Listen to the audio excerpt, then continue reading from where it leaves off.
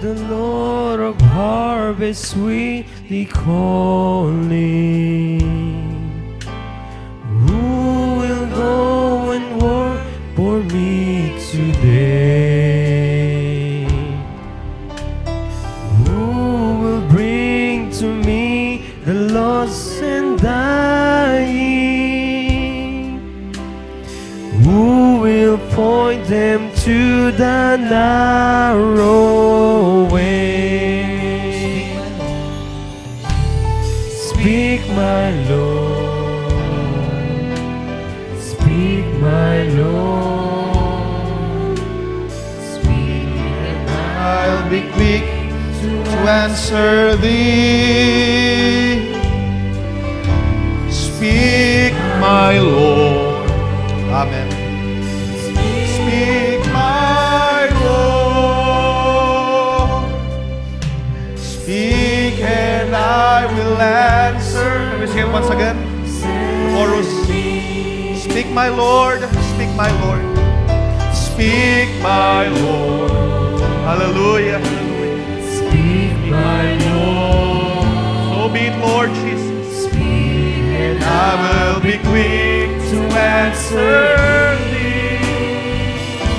Yes, Lord. Speak, my Lord. Speak, my Lord. Speak, and I will answer, Lord. Send me. Amen and amen and amen. Mari po maraming palakpakan ng ating Panginoon, mga kapatid. Praise the Lord, praise the Lord. Purihin ang ating Panginoon at yan nawa ang ating maging desire sa gabing ito na ang Diyos ang siyang mangusap sa ating kalagitnaan. Lord, speak unto us. At bayaan na kapag siya'y nagsalita sa atin, katulad ng sabi ng ating inawit, let's answer Him. Lord, send me. Gamitin mo ako. Mangusap ka sa akin at kung anong nais mong gawin o Diyos, nais mo ipagawa sa amin ay gagawin namin sa biyaya mo. Tulungan mo kami, Panginoon, sa aming mga buhay. Tayo umuko at manalangin. Hingin natin ang wisdom ng salita natin, Panginoon, sa gabing ito. Nakilala namin, Diyos, bago kami pumaroon sa luklukan ng iyong habag at awa muli, O Diyos, sa gabing ito, bayaan na kami pumaroon ng may isang pusong malinis, isang pusong dalisay. At isang pusong nagpasalamat sapagkat Ikaw ang Diyos na napakabuti sa aming mga buhay. Ikaw, O Diyos, ang naging tapat sa amin mula noon hanggang ngayon. At narito, Diyos, kami nakatayo sa iyong presensya, isang malaking ebidensya na Ikaw ang Diyos na buhay at kayang gumawa, mangusap, kayang kumilos sa aming kalagitnaan. Kami, O Diyos, ay nakatayo sa kalagitnaan, sa dakong ito, dahil sa iyong dakilang pag-ibig sa aming mga buhay. O Diyos, kung walang iyong pag-ibig sa amin, hindi na rin kami masumpungan sa dakong ito. At Lord, saan kami pupulutin kung walang iyong pag-ibig? Pero maraming salamat sa gana ang iyong biyaya. Ang sabi mo sa iyong mga salita, ang iyong biyaya, ang iyong mercies ay bago sa bawat araw. At narito, Diyos, kami nakatayo pa rin dahil bago ang biyaya na amin nakamtan sa araw na ito. At sa mga araw pa na darating hanggang sa pagbabalik, O Diyos, maraming mamakay na kulangan. And yet, Lord, ang paguturo sa iyong mga salita, tinuturuan mo kami magpatuloy, mag-press on, patungo sa kalaguan, patungo sa maturity, sapagkat ito ang nais mo sa bawat isa na kami mag-press on unto perfection. And Lord Jesus, sa gabing ito, kinakailangan namin ang iyong salita para kami ay lumago pa sa pananampalataya. Kinakailangan namin ang iyong salita dahil ang sabi, O Diyos, sa iyo rin mga salita na hindi kami mabubuhay sa tinapay lamang. Kailangan namin ang bawat salita na nagmumula sa iyo, O Diyos.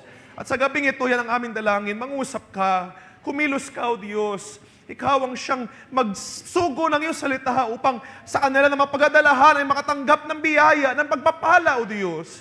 Sa gabing ito, Lord, Ikaw lang ang manguna, Ikaw lang madakila, O Diyos. Bayhang, Ikaw lamang siya marinig ng bawat isa. At ang mga bagay na halo na interpretation ng tao, may it be broken down, Lord. At Ikaw lamang siyang manaig sa aming kalagitnaan. Father God, wala po akong magagawa. Ikaw lang, O Diyos, ang may magagawa sa aming kalagitnaan. Kaya sa gabing ito, humihingi kami, O Diyos, ng aming samo, ang aming dalangin ay ang patnubay mo sa bawat mga titik, sa bawat mga verse, mga chapter na aming bubuksan sa gabing ito. At Ikaw lamang mangusap, O Diyos, mula sa oras na ito hanggang sa mga minuto namin gugulin while reading Your Word. Father God, may send your will, send your purpose sa aming kalagitnaan. Makita namin ang iyong kalooban sa gabing ito. At bayaan, Lord, katulad ng aming inawit, sa iyong pangungusap, bayaan, Lord, ng bawat isa'y tumugon, Lord, send me. Lord, be it unto me according to your word. Mangyari ang iyong salita sa kanila na mapinagdalhan, O Diyos, sa gabing ito. Ang papuri, pagdakil at pasalamat ay sa iyo lamang. At sa gabing ito, sa iyo lamang kami nagtitiwala, O Diyos, sa tangi at banal na pangalan ng aming Panginoong Kristo, Jesus.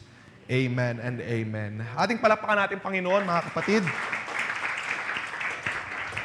Purihin po ang ating Panginoon. Pwede po tayo po, mga kapatid. Salamat sa Diyos sa gabing ito.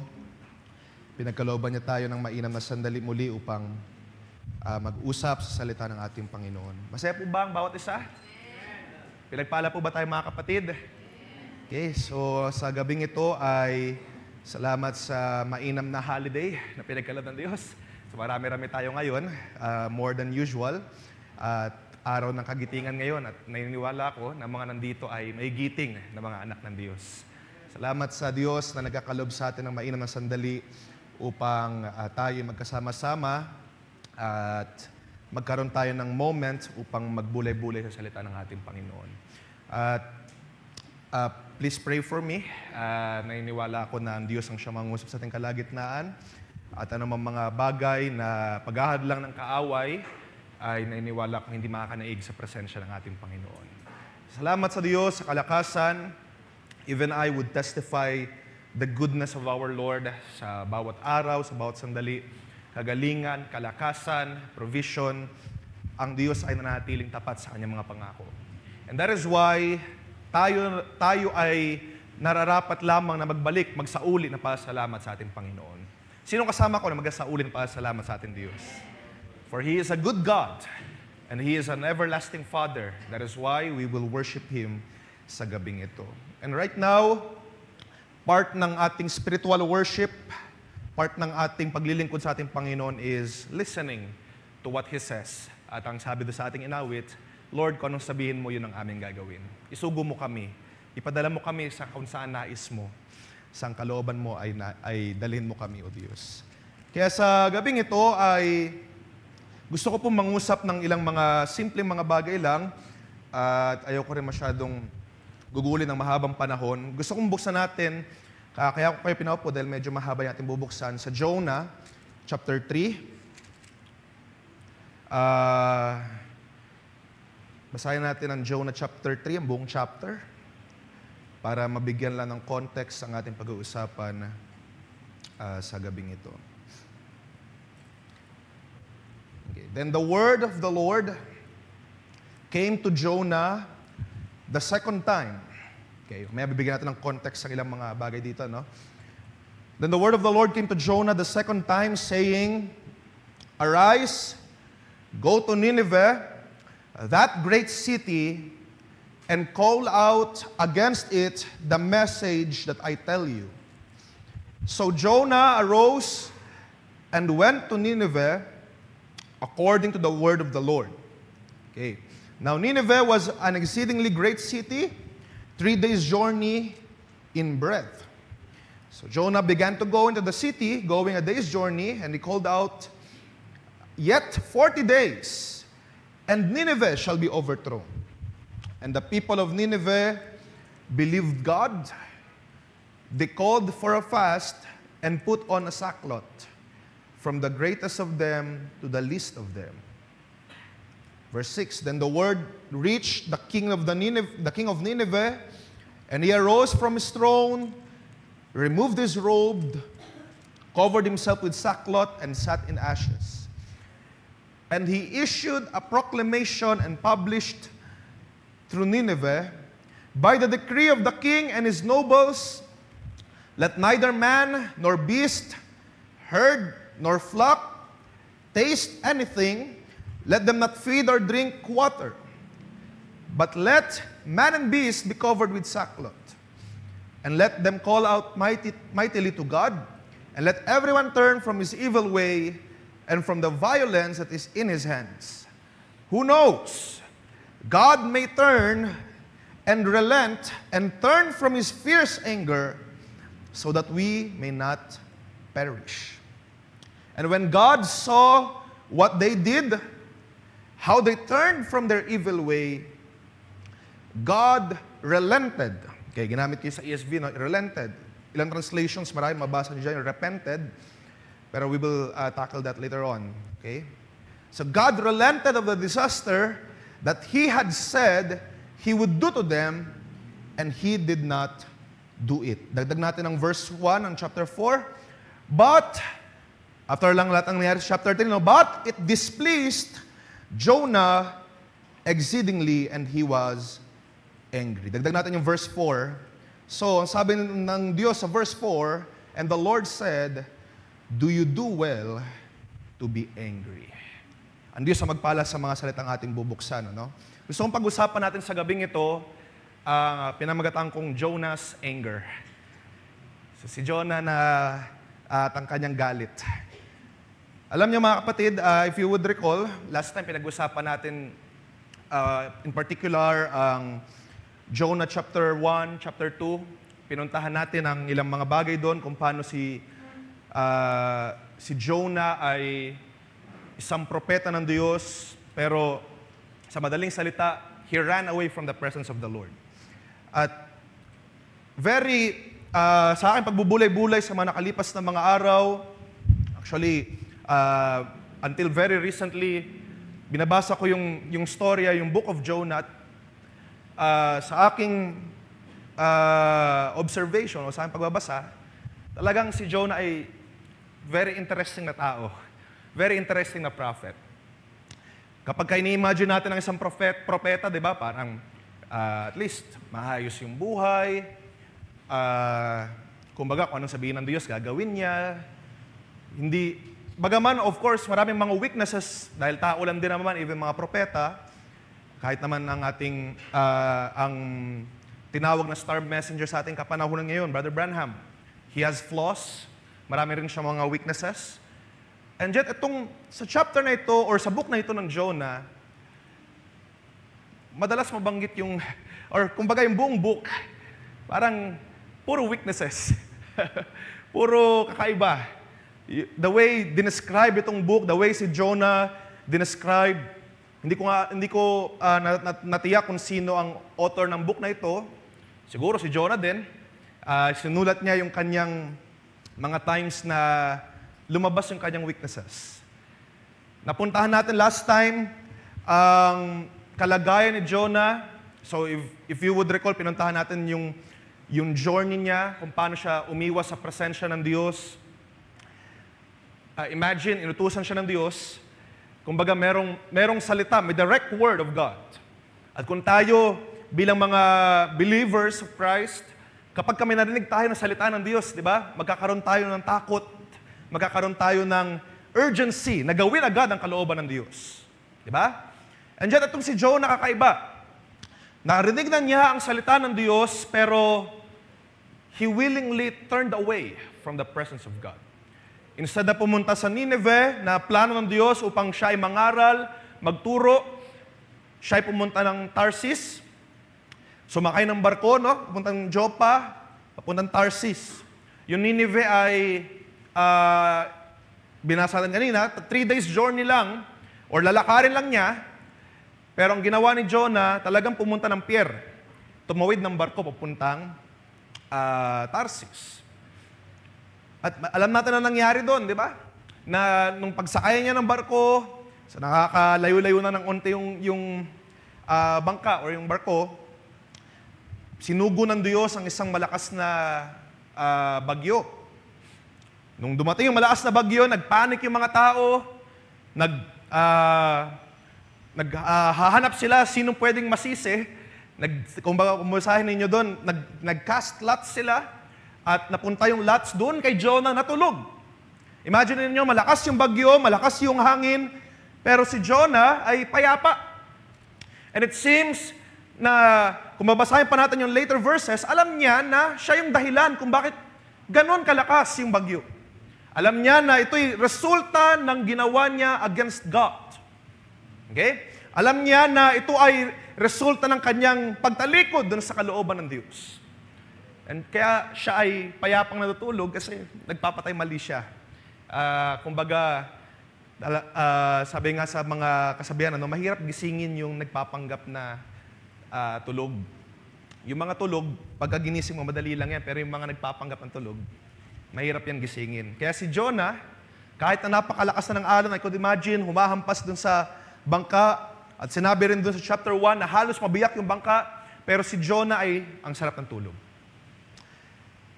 Pero dumating ang kalooban ng Diyos, napunta sa kanya yung pagcast ng lots ng mga sailors, ng mga tao dun sa bangka.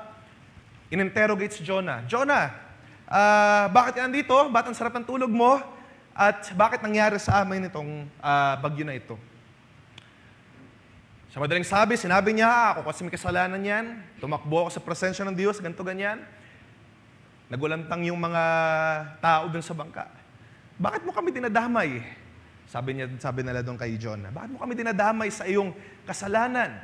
Ngayon sabihin mo sa amin, anong gagawin namin? Anong gagawin namin para kami ay maligtas? Sabi ni Jonah, naalala nyo? Sabi niya, itapon niyo ako sa dagat, mapayapa yung bagyo. At binigyan natin ng diin last time, if you would recall, akala natin okay yung ginawa niya, pero ang mas mainam sana na approach ay, di ba dapat nagsisi siya, Lord, sorry. Patawarin mo kami, patawarin mo ako, babalik na ako sa Nineveh. Pero ang ginawa niya, instead na magsisi, itapon niyo ako sa dagat para manahimik yung bagyo. Sa madaling salita, mas minaigin niyang mamatay. Mas minaigin niyang isacrifice ang kanyang buhay, dahil hindi naman niya alam kung may balyenang sasalo o wala eh. Minaigin niyang isacrifice ang kanyang buhay, instead of going sa Nineveh. At binigyan ko, kung naalala ninyo, binigyan natin ng diin yan, na imagine kung gaano ang resentment, ano ba naharamdaman ni Jonah sa mga taong ito sa Nineveh? Bakit gano'n na lang siya umiwas? As a prophet of God, alam niya kung anong kalooban ng Diyos ay dapat gawin, dapat sabihin, dapat salitain. Pero anong taglay-taglay ni Jonah na anger, na resentment sa mga tao ng Nineveh na kahit salungatin niya ang salita ng Diyos ay gagawin niya para lang di makapunta ng Nineveh. Imagine that. So, sinacrifice niya kanyang buhay, hinagi siya sa dagat, pero hindi niya alam, sinugo ng Diyos ang isang balyena para siya iligtas. At to give a couple of summary pa sa chapter 2, doon yung prayer niya. Lord, sa madaling salita, nagdanalangin siya, Lord, ako'y kinast away mo, pero I will look back again in your holy temple. Sabi sa verse 3, verse 4. I will look back again. Sa madaling salita, Lord, nagisisi na ako. Gagawin ko na ang iyong kalooban. At with God's power, with God's sovereignty, inuluwa siya sa lupa. Imagine niyo yung napakalaking balyena na kayang magswalo ng isang tao, ay niluwa si Jonah papunta sa lupa. Diba? Parang kung imagine na natin yung balyena na malaki, nasa dagat siya, hindi naman siya pwedeng sumadsad dun sa coastline, baka mas stranded yung balyena. Pero ang kalooban ng Diyos ay supreme or sovereign. Kung ano man ang nangyari back then ay hindi na natin alam. Pero sa madaling salitang ginawa doon, nung pagsuka ng balyena, nasa lupa na si Jonah. Wala na siyang problema. Hindi na niya kailangan lumangoy pabalik. Hindi siya niluwa doon sa dagat. Sa lupa na, kinakailangan mo na lang maglakad papuntang Nineveh. So, at dito tayo humantong sa chapter 3. Binasa natin yung chapter 3. Naintindihan natin, nakita natin na after that event, na siya ay, kumbaga nagsisi sa kanyang ginawang pagkakamali, sununod niya ang kalooban ng Diyos. Sinunod niya, pumunta siya sa Nineveh, naglakad siya, at pinroclaim niya na itong syudad na ito ay susunugin ng Diyos in 40 days. Kung hindi kayo mag-isisi, kung hindi kayo hihingi ng tawad sa Diyos, itong lupang ito, itong bahayang ito ay susunugin. Binasa natin ang nangyari. Yung bayan, yung buong bayan, mula sa mga list of the list sa mga servants, hanggang sa hari. At dahil nga nakarating sa hari, ang sinabi ng hari, ngayon, mag-fasting tayo. Magsuot kayo ng mga saklot. Magsuot kayo ng, kahit yung mga hayop, magsuot ng saklot. Mag-fasting tayo lahat, walang tubig, walang pagkain. At sabi ng hari, baka sakali na ang Diyos ay maawa sa atin at ilayo yung kanyang galit sa atin. Di ba, napakaganda ng eksena? Sila ay nagrepent, nagsisi. Naging effective yung preaching ni Jonah. Tama ba? Naging effective yung kanya pangaral. Itong bayang ito ay nagsisi. Pero, akala natin tapos na. No? Sabi sa last verse ng chapter 3, ang bayang ay nagsisi, ang sabi doon sa verse 10, nung nakita ng Diyos ang ginawa ng bayan, ang ginawa ng Diyos, God relented. Or sa ibang mga translation, I think sa King James Version, ginamit yung salitang repented. By the way, ang Diyos ay hindi nagsisisi sa kanyang mga gawa. Dahil sabi doon, ang Diyos ay hindi nagsisinungaling. Hindi siya nagbabago. He changes not. However, sa eternal perspective, alam na ng Diyos na mangyayari ito. Okay? Hindi na niya kinakailangan baguhin, hindi na niya kinakailangan adjust. Alam ng Diyos, magsisisi ang bayang Nineveh. Sa paningin lang ng tao na parang nag-adjust, parang nagbago. Pero on the grand plan of God, on His sovereignty, alam niya, darating yung point na ang bayan ng Nineveh magsisisi. Okay? So, kaya kumbaga sa paningin ng tao, parang ang Diyos ay nagrepent. Pero hindi naman po talaga siya nagrepent. Ang kanyang salita ay nangyari pa rin. Kanyang salita, ang kanyang plans, ang kanyang purpose ay nangyari pa rin sa bayang ito. Kinakailangan padalahan yung salita ng warning, kinakailangan may mga remind para ang bayan ay maibalik. Just like ng pinag-uusapan natin, di ba? Nung nakalipas sa Sunday, di ba? May mga warnings, may mga paalala. There are these signs, dumarating yung mga trumpets. Napunta natin last Sunday yung kahalagahan yan, even sa ating panahon, even sa atin ng mga bride. Merong pag-alingaw-ngaw ng gospel, may pag-alingaw-ngaw ng salita ng Diyos. May warning even. Paalala, reminder na malapit na bumalik ang Diyos. Kaya tayo ay magseryoso na. Di ba? Malapit na bumalik ang Diyos, ganito mangyayari sa hinaharap, ganyan mangyayari sa hinaharap. At yung mga warning na yun ay para tayo ay may balik sa Diyos. Dahil ito ang plano talaga ng Diyos all along sa ating mga buhay. God's plan all along ay tayo ay may balik sa Kanya. Do you believe that, mga kapatid? So, it's the same here. Plano talaga ng Diyos, nasa kaisipan na ng Diyos, ay itong Nineveh ibabalik sa akin. At sa madaling salita, kung titignan natin chapter 3, parang magandang storya. Happy ending. Ano? Kung puputulin yung Jonah hanggang chapter 3, happy ending. At walang problema na nangyari. However, hindi doon natapos yung book. May hinighlight pa, iniwala ko, pinakita ng Diyos sa atin sa panahon natin ngayon. Hindi pa natapos yung book. Sabi sa chapter 4, yung napakagandang storya na yon ng pagpapatawad ng Diyos, ng biyaya ng Diyos para sa bayan ng Nineveh, ang sabi sa chapter 4, verse 1, hindi ito nagustuhan ni Jonah.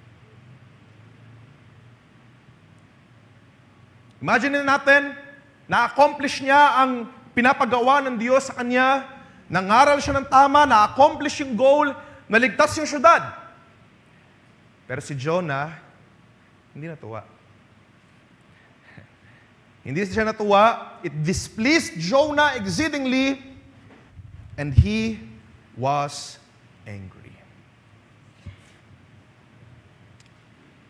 So yun yung pag-usapan natin. Bakit siya nagalit? Anong meron? Anong meron at bakit si Jonah dumating sa ganong kalagayan na para bang ang ayos ng storya, ang ganda ng storya.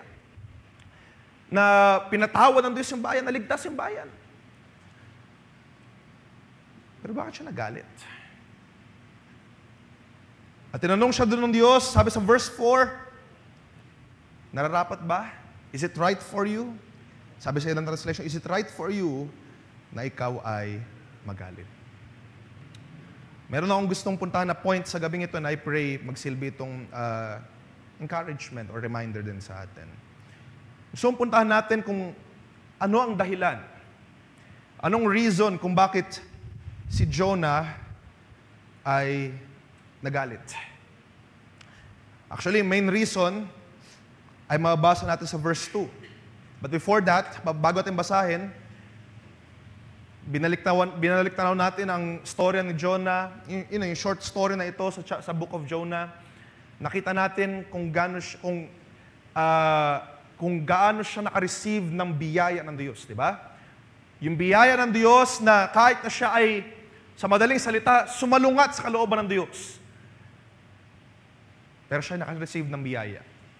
Siya ay binalik sa ministry. Tama?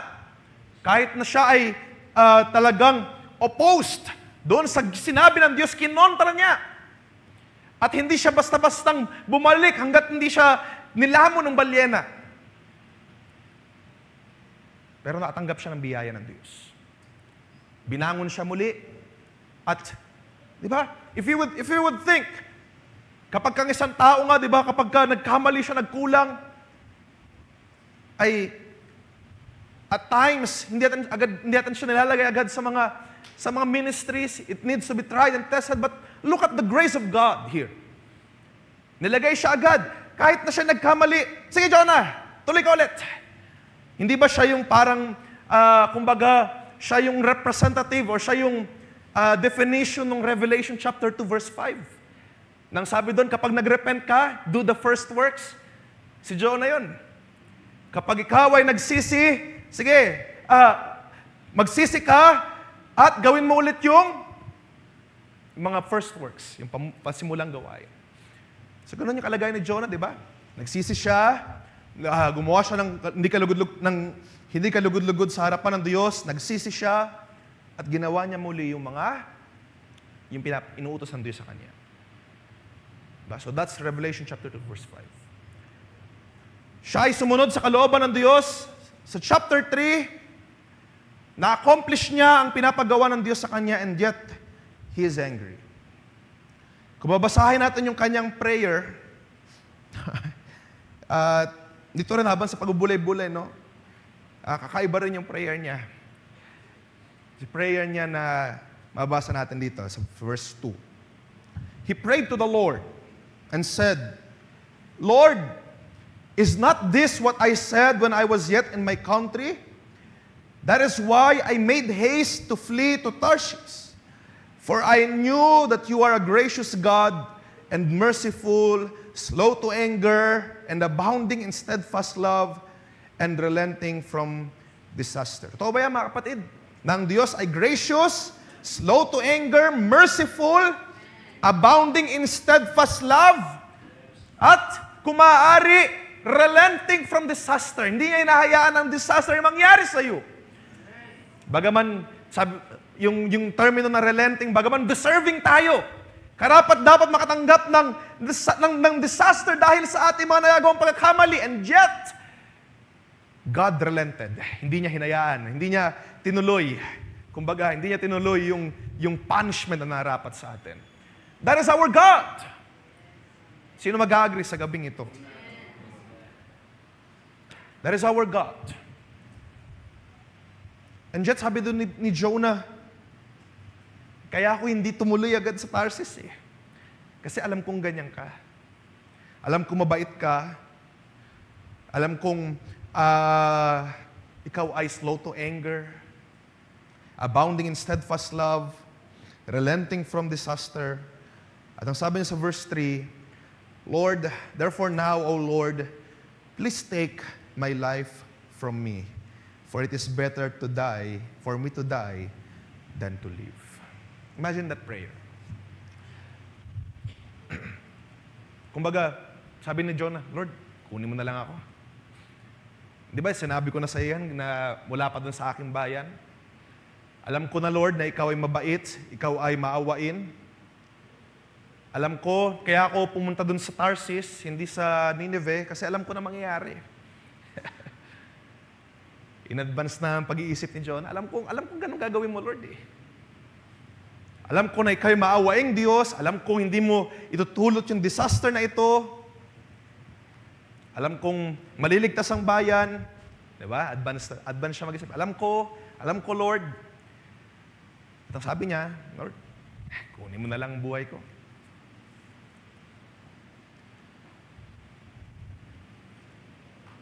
At sabi ng Panginoon sa kanya, dapat ba na ikaw'y magalit?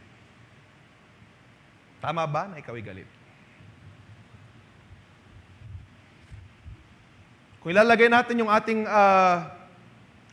ating perspective sa paningin ni Jonah, si Jonah ay naghahanap ng, hinahanap niya talaga yung mga aksyon. Gusto niya makita yung bayan. Gumuguho.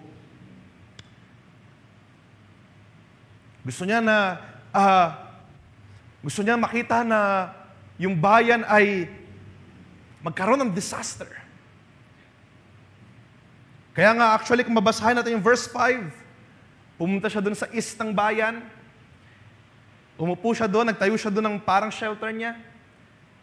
At nag-abang. Nag-abang siya doon sa bayan. Imagine niyo for the span of many days, hanggang maka 40 days, nandun siya nakaupo lang. Iniisip niya na baka magbago pa isip ng Diyos. Baka after 40 days, biglang gumuho itong bayan. Imagine that, mga kapatid. Naghahanap si Jonah na masira yung bayan.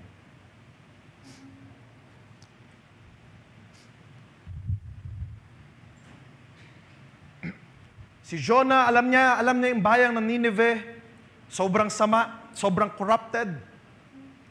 Alam niya yung bayang ito na hindi kalugod-lugod sa Diyos ang mga ginagawa. Naghanap siya ng hustisya. Lord, sama-sama ng bayang ito. Ang ina-expect niya, ang gusto niya mangyari, lipulin ng Diyos yung bayan. Pero natanggap niya, at yung alam na niya mangyayari, kaya siya galit, nakita niya yung bayan na ligtas. Pinatawad ng Diyos. Hindi ba very interesting yan, ano?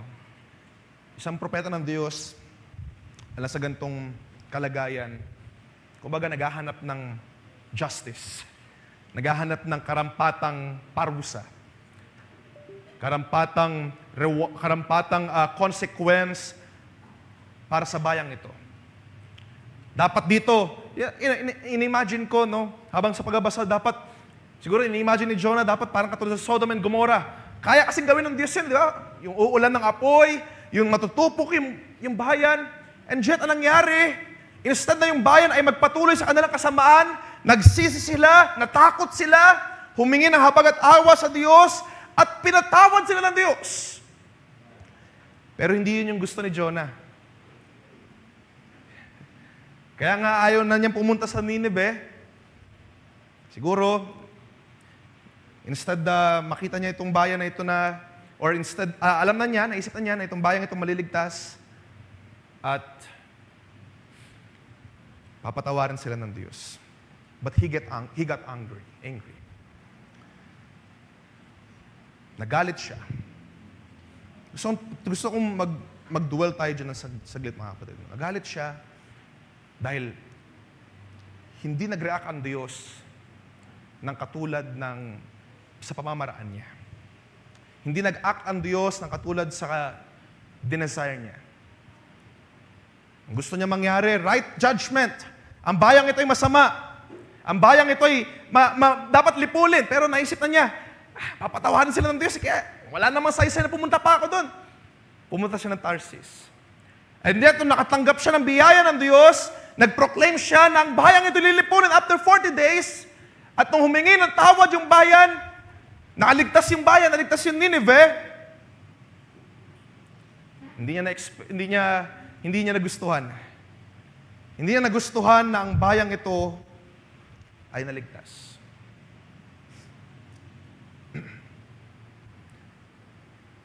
Nagalit siya because hindi ganito yung deserve ng bayan. Dapat dito nalipon. Dapat dito, destroyed yung bayan. Okay? At ano nangyari sa sunod, no? Gusto kong idahan-dahanan din natin yung storya. At ang nangyari sa sunod, sabi ko nga, pumesto siya dun sa east side of the city. Gumawa siya dun ng parang shelter niya. Mainit, walang bubong. Parang ano lang siya, booth lang, sabi doon sa isang translation. Gumawa siya ng booth to observe yung bayan. Tingnan natin kung anong mangyayari. Baka after 40 days, masira ulit yan. Oh? At dumating yung sinugo ng Diyos ang isang puno as a shelter sa ulunan ni Jonah. Sa isang gabi, nagkaroon ng puno, natuwa siya. Natuwa si Jonah. May shelter siya sa ulo, hindi siya nainitan. At pagkagabi ulit, nagsugulit ang Diyos ng isang uod. So nung kinaumagahan, yung puno, wala na. At lalong nagalit si Jonah. Galit siya. Siya ay nagkaroon ng sobrang galit. Sabi doon okay, basahin natin. Sabi sa verse 8, "And when the sun rose, God appointed a scorching east wind, and the sun beat down on the head of Jonah so that he was faint. And he asked that he might die, and said, 'It is better for me to die than to live.' But God said to Jonah, 'Do you do well to be angry for the plant?'" Nakita nyo? Inulit ang Diyos yung tanong. Katulad nung tinanong niya sa verse 4, "Do you do well to be angry?" Sa ilang mga translation sabi nung, "Is it right for you?" Tama ba na ikaw ay magalit? Nararapat ba para sa'yo na magalit ka? Inulit ng Diyos sa verse na ito natin binasa, sa verse 9, "Tama ba na magalit ka para sa halaman?"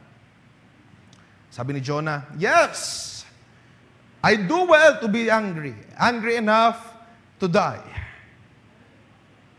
And the Lord said, "You pity the plant for which you do not labor, nor did you make it grow, which came into being in a night and perish in a night." Sabi ng Diyos, ikaw galit na galit ka masyado sa halaman na nawala. Gusto mo na agad mamatay dahil yung halaman na nag-shelter sa'yo ay nawala. At sabi ng Diyos, ikaw naaawa ka sa halaman na umusbong lang ng isang gabi, tapos nawala agad ng isang gabi. Pero ang sabi sa verse 11, "And should not I pity Nineveh, the great city in which there are more than 120,000 persons who do not know their right hand from their left, and also much cattle." Nakita niyo yung storya? After niya mangaral, after ni Jonah mangusap, sa kanyang galit, sa kanyang pag-anticipate na dahil sa sama ng bayan, supposed to be, dapat parusay. Dapat ang reward ng bayan dahil sa kanilang mga pinagagawa ay hindi maganda. Pero naisip ni Jonah, alam ko, maawain yung Diyos eh. Hindi na ako pupunta ng Nineveh. Iiwas na lang ako. Yun yung sinabi niya sa kanyang prayer, "No, alam ko Lord na maawain ka. Kaya doon pa lang sa aking bayan, pinlano ko na talaga na pumunta ng Tarsis." Kasi itong bayang ito, no, marahil may mga ilang scholars na nagsasabi, sobrang sama ng Nineveh, sobrang mga Diyos-Diyos na kanilang mga sinasamba. At ang sabi nga sa chapter 1 ng Jonah, nakaabot yung kanilang kasamaan sa Diyos. Nakarating yung kanilang kasamaan sa Diyos, kaya nga pinadala si Jonah. At siguro inisip ni Jonah, dapat dito dapat dito masunog eh. But no, hindi nangyari. Yung pagpapatawad ng Diyos ay sumagana sa bayang ito. At dahil sumagana ang pagpapatawad ng Diyos, naligtas ang buong bayan. And yet, in chapter 4, merong maliit na storya dito na nagpapakita na si Jonah ay galit. Kumbaga, nagagalit siya sa kahabagan ng Diyos. Nagagalit siya na ang Diyos ay mabuti. Nagagalit siya na ang Diyos ay forgiving God. Kung sa paningin natin, parang ang hirap, mayroon. Tayo, na-appreciate natin yung kabutihan ng Diyos, di ba? Yung pag-ibig ng Diyos, inaawit natin kanina, the love of God, how rich, how pure, how measureless and strong. Inaawit natin kanina, di ba? At kung titignan natin ito, parang nakakagulat. Nakakagulat na si Jonah na sinugo ng Diyos ay galit dahil nahabag ang Diyos sa bayan na masama. I could imagine na si Jonah, hinihiling niya na ang bayang ito ay magaping, hinihiling niya ng bayang ito ay i-destroy ng Diyos, just like Sodom, just like Gomorrah. Inabangan pa nga niya sa taas, baka magbago yung isip ng Diyos However, hindi nangyari. Because ang bayan, at ang sabi rin sa salita ng Diyos, sila na mga magre-repent at magsisisi, sabi sa Isaiah, di ba? Let the wicked forsake his way, and unrighteous man his thoughts, and let him return to the Lord. At ang sabi doon, He will have mercy. Ang Diyos ay mahahabag, maaawa. At ganitong ginawa ng bayan na ito.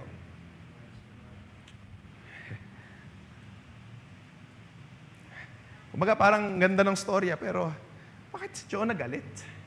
Anong meron? At pinakita rin sa latter part ng chapter 4, yung kanyang stance, no?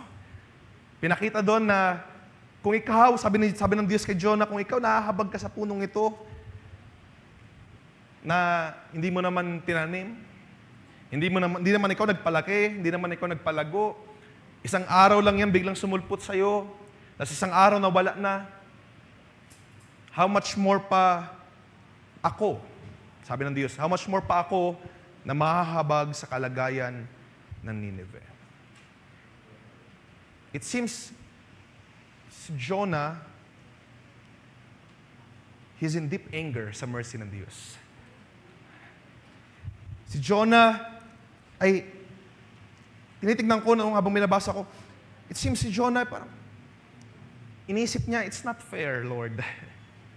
It's not fair. Alam kong mahabagin ka, alam kong papatawarin mo sila, pero dapat kasi sa bayang ito malipol Alam kong yung mga pinagagawa nila Kaya, ini-expect ko talaga na madedestroy sila. It's not fair.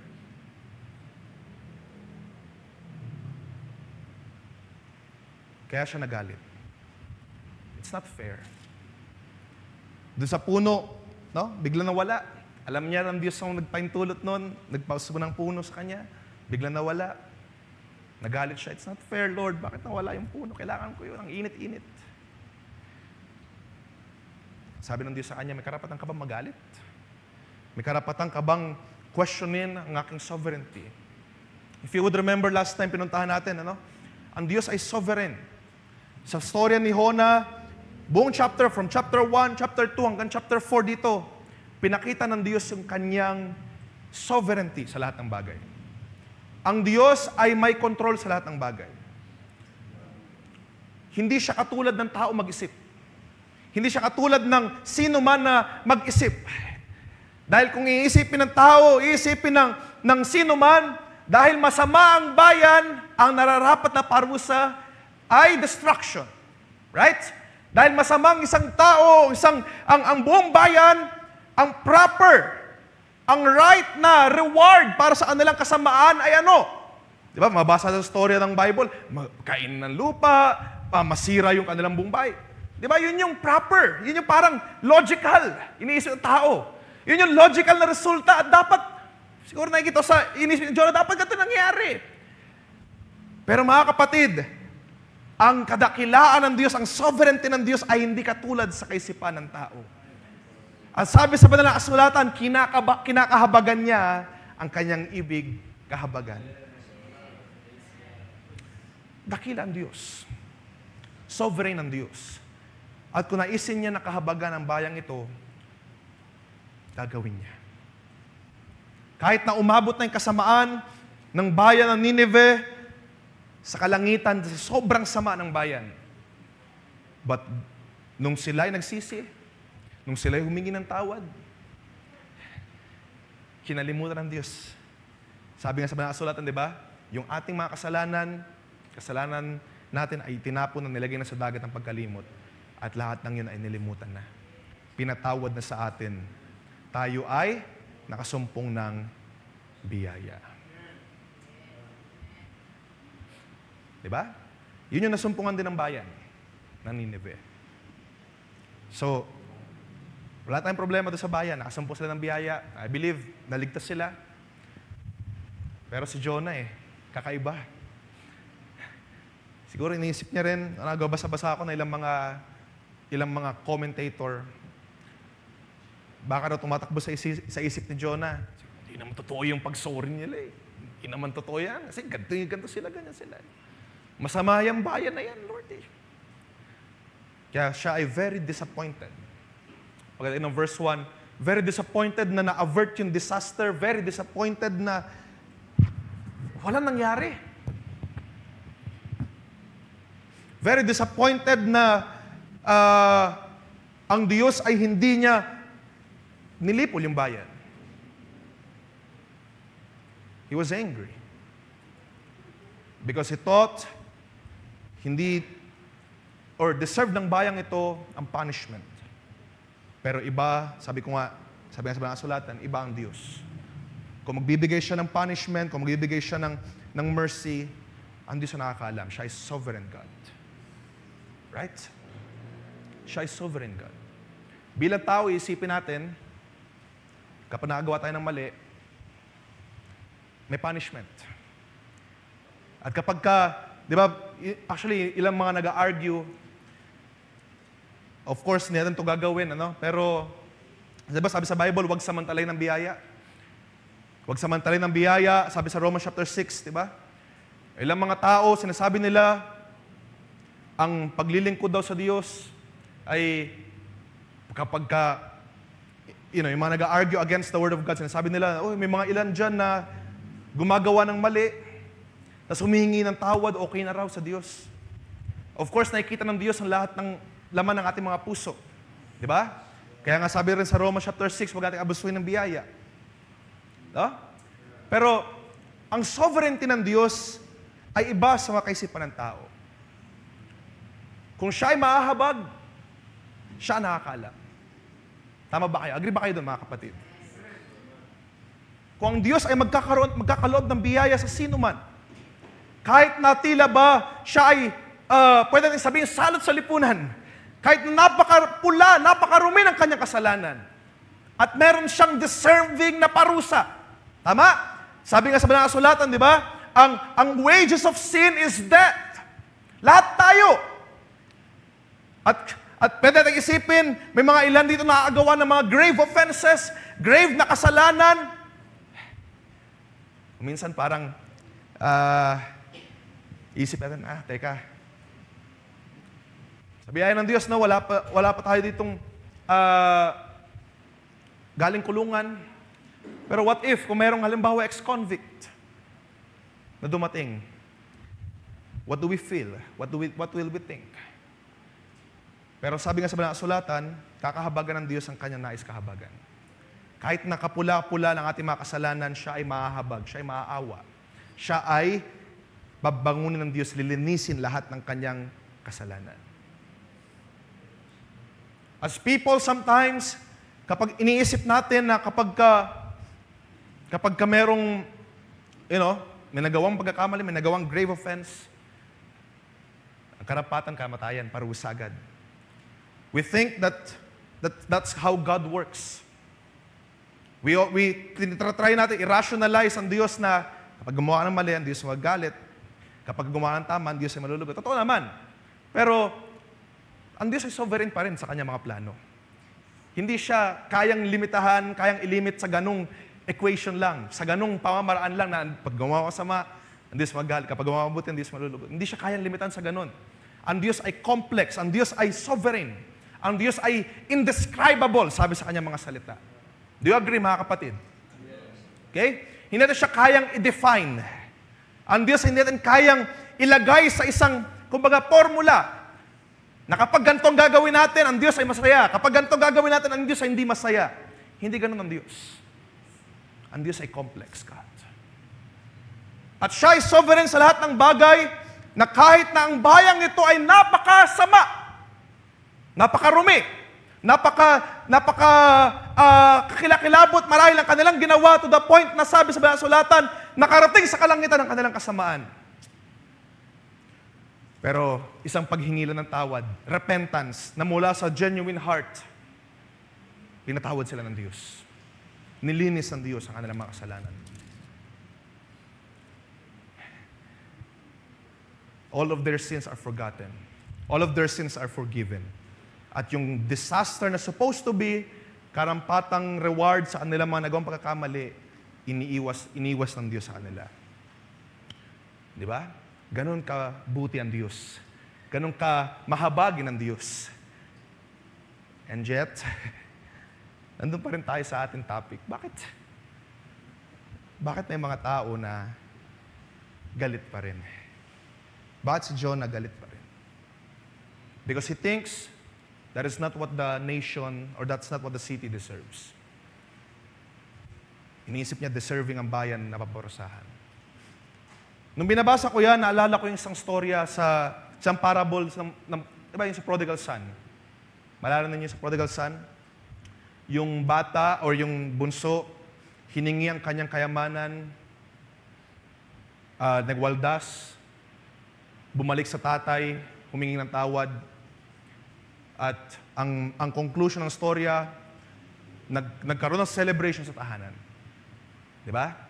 Nag-celebrate ang kanilang tahanan at merong kulang. Kung minsan kasi umikot tayo ng pagka-story ng prodigal son, umikot lang tayo dun sa first half. Yung second part, napansin ng tatay merong kulang dun sa kasiyahan, andun pala yung kuya na sa labas, hindi nagpa-participate. At ang nararamdaman niya, galit din. Nagagalit din. It's the same here. No? Galit siya na pinagkalooban ng biyaya yung kanyang kapatid. Nang sabi ng kuya, kung mabasahin natin verse 28, nandito ako matagal na. Naglilingkod ako sa iyo, sabi nung kuya, ano? Naglilingkod ako sa iyo, hindi ko pinabayaan, hindi kita iniwan. Pero ngayon, yung kapatid ko na bumalik, pinagkalooban mo ng party, pinagkalooban mo ng biyaya, pinagkalooban mo siya na nagwalda siya, gumawa ng pagkakamali, and yet, ganito yung gagawin mo sa kanya. Ako, ang bait-bait ko. Bakit siya galit? Isa pang story na naalala ko, kung maalala ninyo yung parable din ng ating Panginoon, yung 11th-hour worker. Naalala niyo pa? Yung mga nagtrabaho, hinire sila ng Diyos, magtrabaho for 12 hours. Lumipas yung 3 oras, nag-hire ulit ang Diyos. Lumipas yung 6 na oras, nag-hire ulit ang Diyos ng mga trabahador. At dumating yung pang 11th hour. So 1 oras na lang itatrabahuin. Nag-hire pa ang Diyos. Naglibot-libot yung master, nag-hire. Sabi doon, kayo wala kayong trabaho, mag-work kayo dito. At nung natapos yung labor sa buong maghapon, yung master namigay siya ng sahod. Ang napagkasunduan, 1 denaryo. Binigyan niya yung mga nagtrabaho ng umaga. Binigyan niya yung mga nagtrabaho ng tanghali. Pare-parehas. Nung lumapit na yung 11th-hour workers, yung mga late na, binigyan niya rin ng parehas na denarius. At ano nangyari? Naalala niyo pa? Yung mga nagtrabaho ng umaga, nagalit. Nagalit. Bakit? Akala ko, sabi ng mga, summarize ko na lang. Akala namin, yung mga nagtrabaho ng late, mas unti yung matatanggap nila.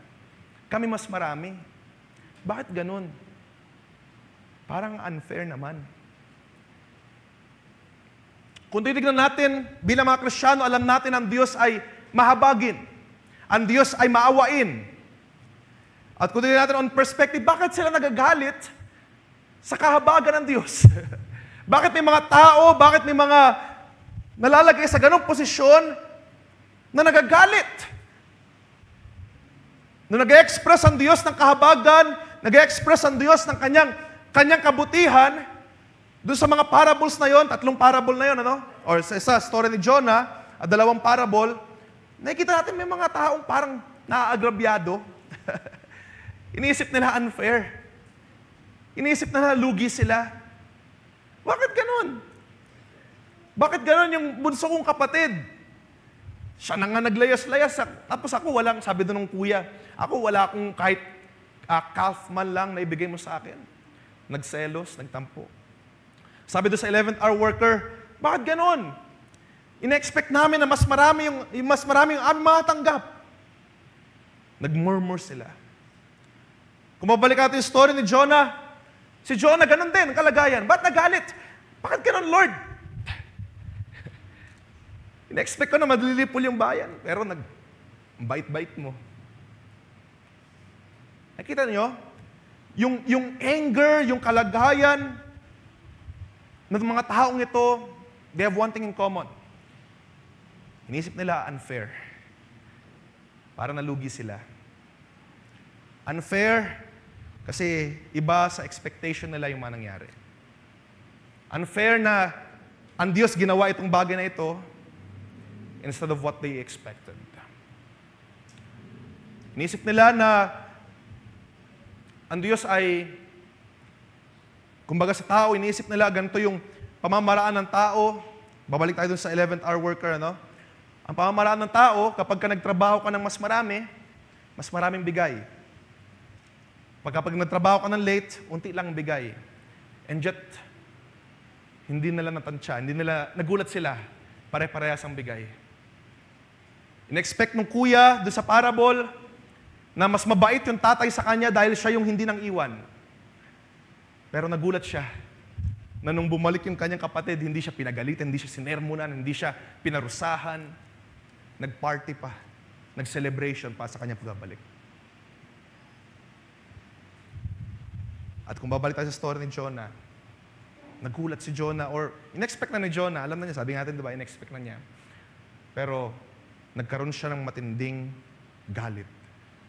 Ang unfair naman. Unfair. Nakikita nyo, very common yung kalagayan nila tatlo. Unfair. Ganito dapat yung deserving sa akin. Ganito dapat yung deserving dun sa kabila. It's very unfair. Nagkaroon sila ng galit, nagkaroon sila ng resentment because they think they deserve more. At sila, katulad sa parable, no? They think they deserve more. At yung sila naman nakagawa ng pagkakamali, they deserve less. Now, where I am going with this, mga kapatid, gusto ko lang makita ninyo sa gabing ito ang isang bagay na dapat nating ingatan. Dapat nating bantayan. At baka napupunta tayo sa kalagayan na kapag kang sino man sa atin, or halimbawa, merong mga na-backslide, merong mga nagkamali, nagkulang, na tumalikod sa Diyos, baka mapunta tayo sa kalagayan na we think highly of ourselves. At yung mga bumabalik, na backslide, we think of them as, dapat parusahan pa yun. Dapat sila ay mayroong ganitong consequence pa eh. Sometimes, napupunta tayo sa ganong mindset, sa ganong kaisipan na kapag mayroong nagawang pagkakamali, may ilang mga pagkakataon na even I nakakarinig or naka-witness even sa youth ministry, parang pag ganito ang kasalanan ng isa, mahaba yung suspension. Pag ganito yung kasalanan ng isa, parang unti na suspension. Sometimes, we think of things parang unfair. Bakit ganon? Si brother, na bumabalik na sa gawain, dapat hindi muna eh. Dapat si sister na naglilingkod na, dapat. Kung minsan naman sa ating mga sarili, Sa ating mga buhay, ito dapat natin bantayan mga kapatid. We think sometimes that a brother or a sister deserves less. Na hindi dapat siya, na hindi pa dapat siya ganito. Kung minsan dumating sa panahon, na halimbawa, there's a brother or a sister, may mga weaknesses siya, nagkulang, nanghina, nagkamali, nadapa. Maging maingat tayo to think of ourselves. Sabi nga sa banal na kasulatan, di ba? Mag-ingat tayo to think of ourselves highly than we should ought to be. Kapag may mga nagkukulang o nagkakamali, sabi nga sa banal na kasulatan, kayo naman nakatayo ay magbantay. Mag-ingat. At baka dumating din sa inyo yung ganong tukso. Or even worse sometimes. Ang dapat nating iwasan, mga kapatid, ay yung kalagayan na to think less of a person sa kanila naman nagkakamali o nanghihina or in weaknesses. Huwag natin sanang madala yung damdamin na para ba nag-iisip tayo ng justice. Mag-iisip tayo na, ito dapat yung gawin sa kanya dahil ganito siya. Dumarating sa panahon na nauso, nadaan sa mga pangangaral, nadaan sa pangangaral ni pastor, yung about sa pagmamarka, di ba? Sa pagkapatawad. Binaan sa topic last time yung, kung ang Diyos ay magmamarka, paano tayo makakatayo? Sino makakatayo? Mga kapatid. Kung may mga pagpapatawad na ginagawa kung minsan, nauso yung pagmamarka. Nagkapatawaran na, nagkabatian na, pero ito ginawa niya sa akin eh. Tatandaan ko yan. Hindi ko na siya kakusapin, hindi ko na siya lalapitan kasi ginawa niya sa akin ito. Sabi nga sa banal na kasulatan sa Psalms 130 verse 3, kung ang Diyos ang magmamarka sa atin, sino makakatayo sa atin? Sino makakatayo sa ating kalagitnaan? What I'm pointing at is, mag-ingat tayo sa ganitong false sense, ang tinawag ng isang commentator, false sense of justice. Na iniisip natin, ito ang nararapat sa Kanya. Where in fact, lahat tayo ay nasa under lamang ng biyaya at kahabagan ng Diyos. Ito ang nararapat sa iyo. Ito ang nararapat sa iyo, sister. Ito ang nararapat sa iyo, brother. Kasi ganito ka. Kasi ganyan ka. Kasi ganito yung nagagawa mo. Kasi ganito yung kahinaan mo. Ito na rapat sa'yo, sister. Dapat hindi ka muna magtugtog. Hindi ka muna. Of course, may consequences kapag nakagawa tayo ng pagkakamali. Pero we do not wish for someone na malagay sa ganong consequences. We pray for them, for growth. We pray for them na sila ipatlakasin, ibangon ng Diyos. At hindi sila malalagay sa mga matitinding mga kabigatan. But there are consequences sa mga pagkakamali. Gusto kong bantayan natin, mga kapatid, na marahil, sometimes we think na ang Diyos or iniisip natin kuminsan na tayo ay highly above sa mga kapatid na nagkukulang. Mga kapatid, lahat tayo nagkukulang. Lahat tayo may hina. Lahat tayo nagkakasala, lahat tayo may mga weaknesses pa.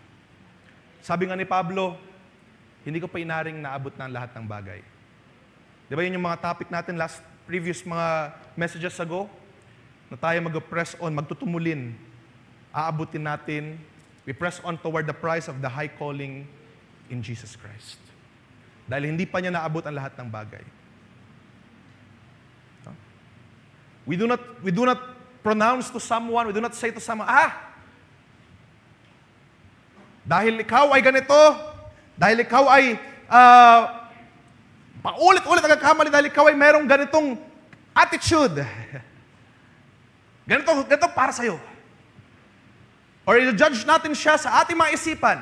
Kung hindi man natin sinasalita, sometimes, ang ating mga isipan ay nagkakaroon ng mga judgment na ganun, na para bang mas less si sister, or mas less si brother. At mga kapatid, yun yung kinakailangan natin bantayan. Kinakailangan nating ingatan. Sometimes iniisip natin, unfair naman. Lord, bakit nakakabalik na siya? Ako hindi pa nakakabalik. That's unfair. No! Dapat hindi natin isipin ng ganon dahil ang Diyos ay sovereign sa lahat ng mga bagay. Ang Diyos ay sovereign sa kanyang mga plano, sa kanyang kalooban. Siya nakakaalam na lahat ng mga bagay.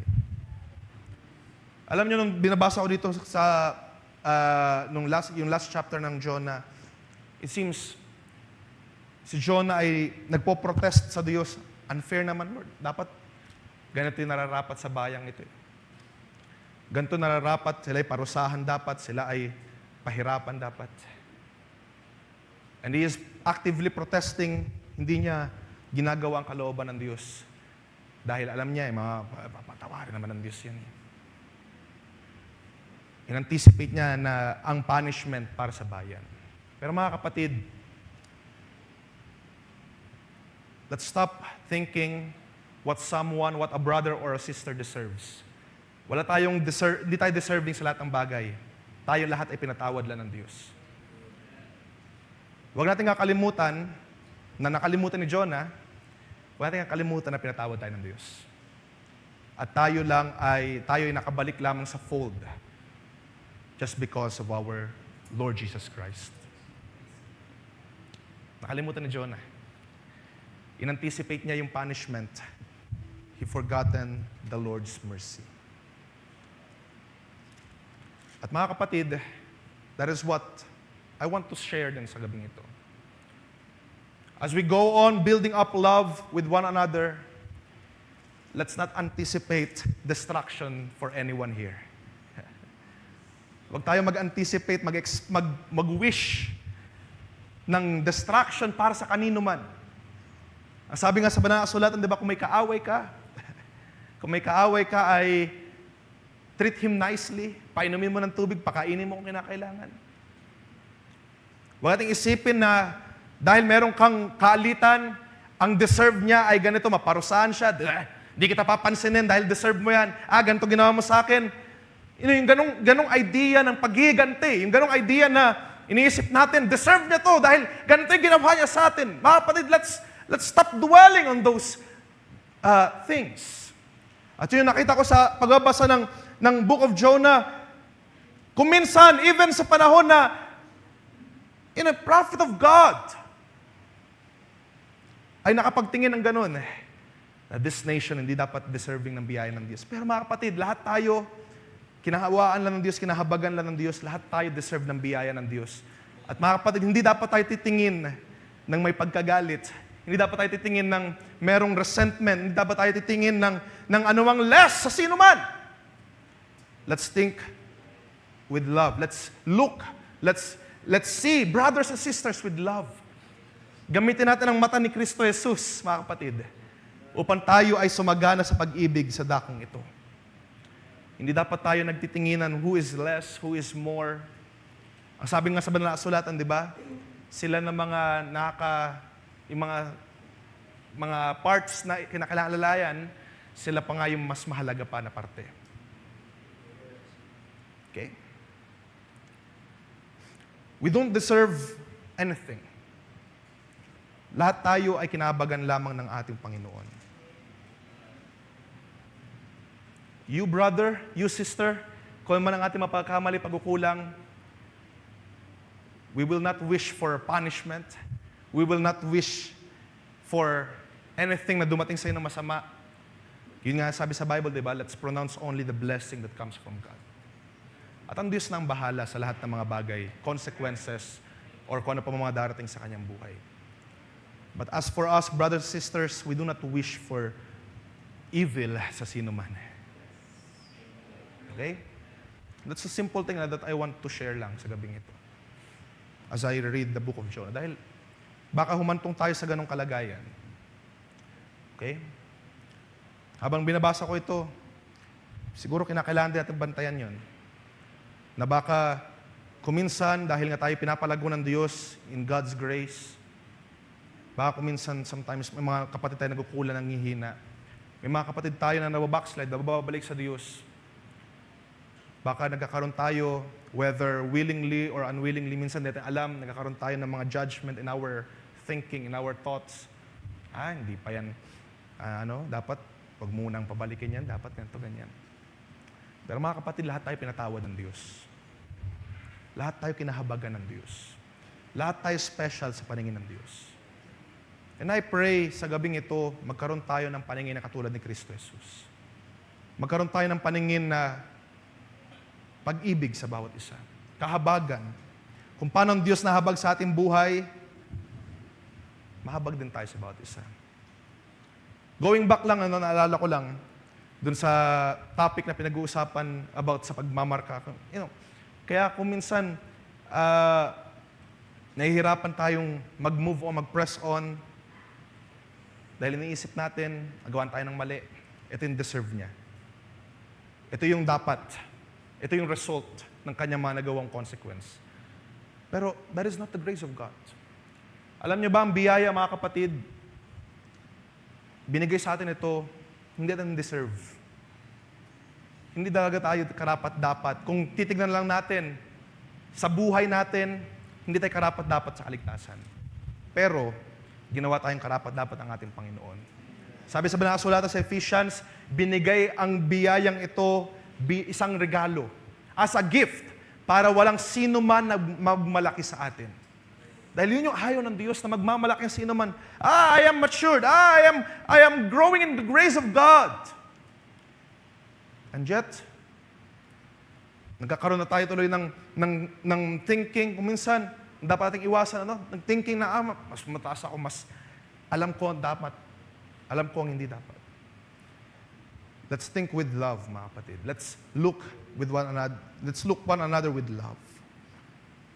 Dahil kung sabi nga sa Banal na Kasulatan, kung ang Diyos nga hindi tayo tinignan, kung ang Diyos ay nag-keep track na lahat ng record, sino makakatayo? Kung tayo, mga kapatid, na mag-keep track pa na lahat ng records ng sino man dito, well, di na rin makakatibay sa atin.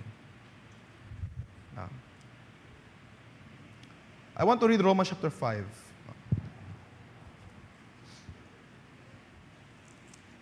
Basta tayo nila mga talata.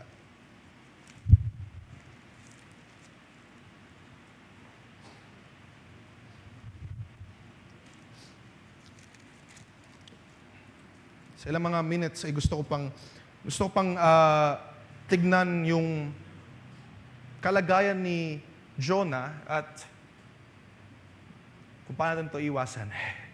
Dahil si Jonah, nagkaroon siya ng galit, thinking that the city deserves to be punished. At mga kapatid, I pray sa gabing ito, huwag tayo maging ganun.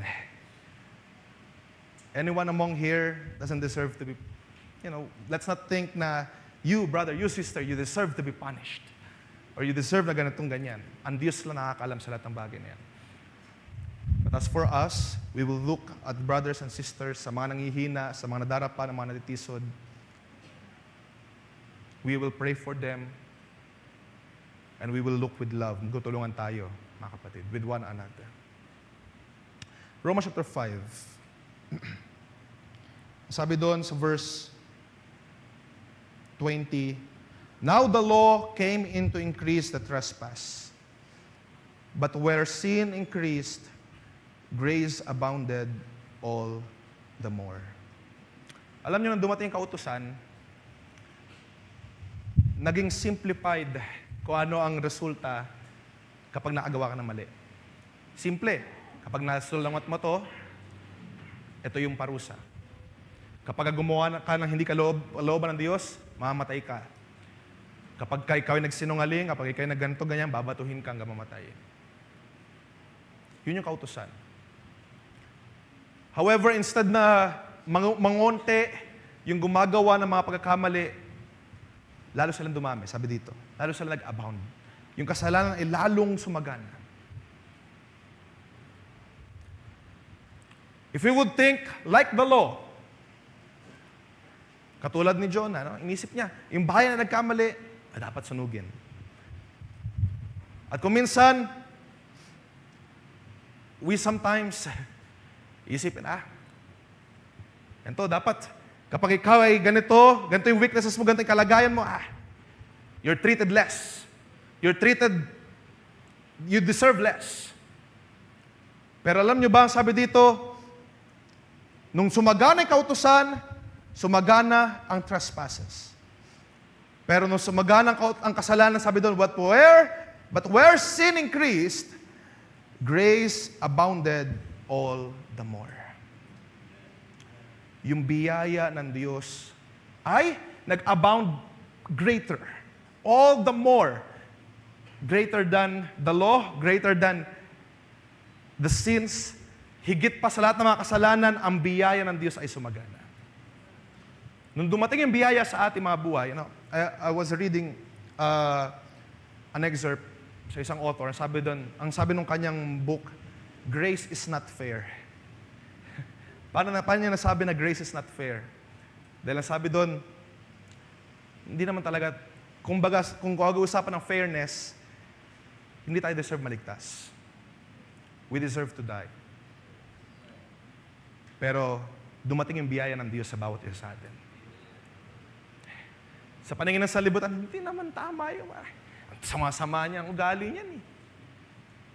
Diba? Katulad ng kay Jonah, sama-sama ng ugali ng bahayang ito eh. Hindi naman tama yun. Pero nung sumagana ang biyaya ng Diyos, wala na nagawa ang bayan. Wala na nagawa si Jonah. At mga kapatid, wala na magagawa ang sino man na magasabi, ay, sama-sama mo, ang ganito ugali mo, ganyan. Wala na magagawa ang magasabi sa inyo ng ganyan. Dahil nung sumagana ang biyaya, or kung sumagana man, kung marami man tayong makasalanan, ang biyaya ay higit pang sasagana sa iyong buhay. Grace abounds more.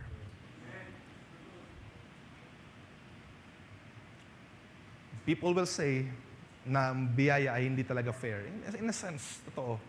Dahil it is above the fairness. It is above the law. Dahil ang law, yun yung kanyang ini-insist, patas dapat. Ang Diyos natin ay just. Ang Diyos natin ay fair. Pero ang Diyos din natin ay gracious. He is 100% fair and He is 100% gracious God. Tayo mga kapatid, karampatan dapat sa atin na mamatay. That's 100% fair. Pero He is a gracious God. Kaya tayo ngayon naligtas mula sa kasalanan. He is 100% gracious. Kaya yung mga kasalanan mo, pinatawad, kinalimutan, inari kang ganap. You are justified.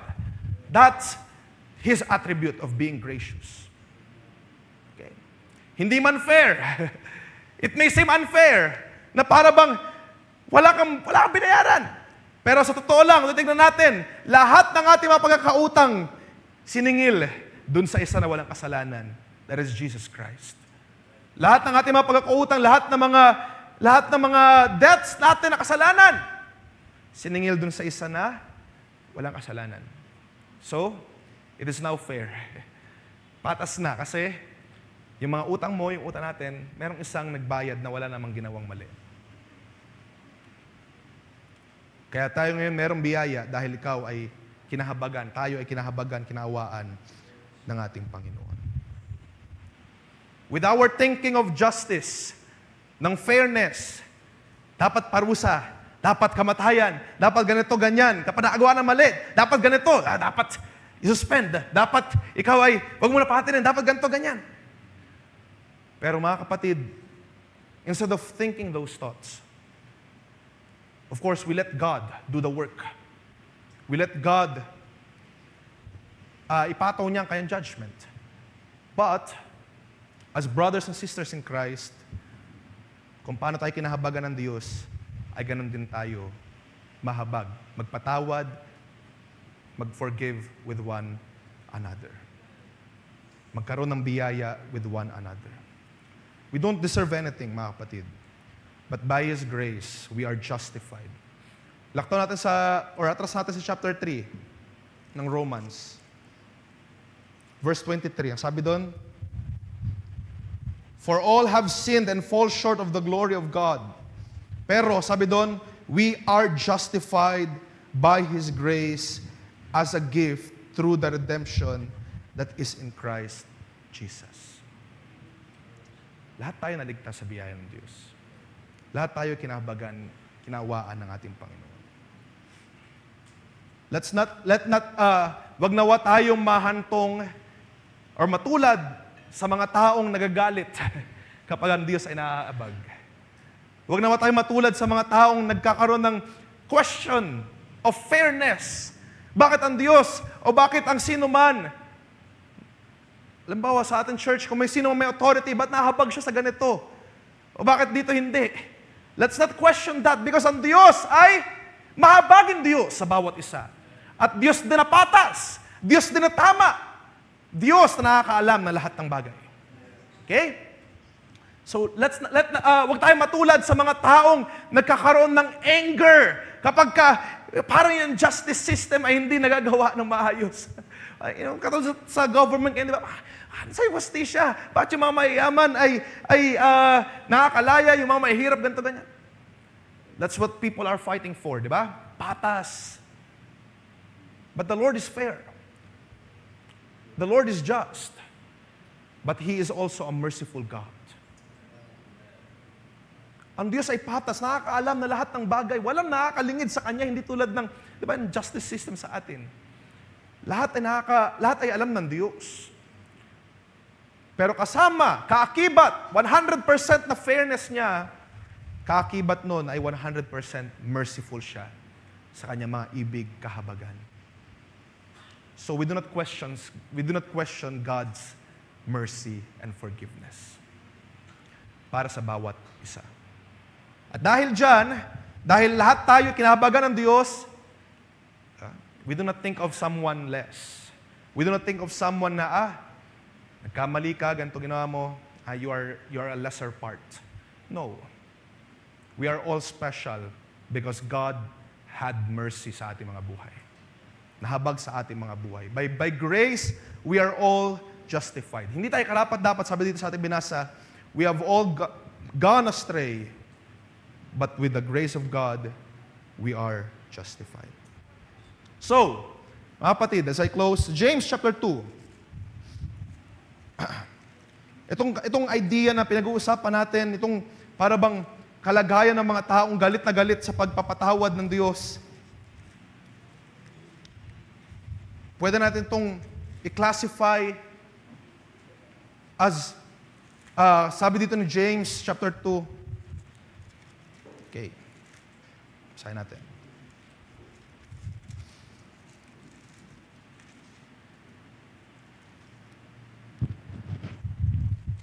So James chapter 2, sabi doon,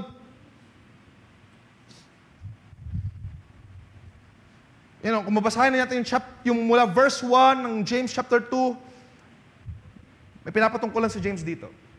It's about partiality. At pwede natin ito i-classify na these people, katulad nila Jonah, kalagayan ni Jonah, kinorek siya ng Diyos, tinuruan siya ng Diyos. And it's the same thing now. I pray na tayo makita rin natin na we should not have partiality. Lahat tayo, even yung mga tao sa libutan, kaya kahabagan yan sila ng Diyos. No? Kaya nga tayo dapat magkaroon ng pag-ibig, ng kahabagan sa bawat isa. Hindi tayo magtitingin less of a person kapag na-backslide, kapag nagkamali, nagkulang. We do not think less of that person. We think of him as a brother or sister na kailangan ng Diyos. Kailangan natin lahat ng Diyos. Di ba? Kailangan natin ng Diyos sa ating mga buhay. So we do not think of less of someone. Kahit sa sanlibutan, we do not think of them na nakaka-less sa atin. As a matter of fact, lahat ng mga kinahabagan ng Diyos ay nagtataglay ng pagpapakumbaba, ng humility. Sabi sa James chapter 2, huwag tayo magpapakita ng partiality. Show no partiality.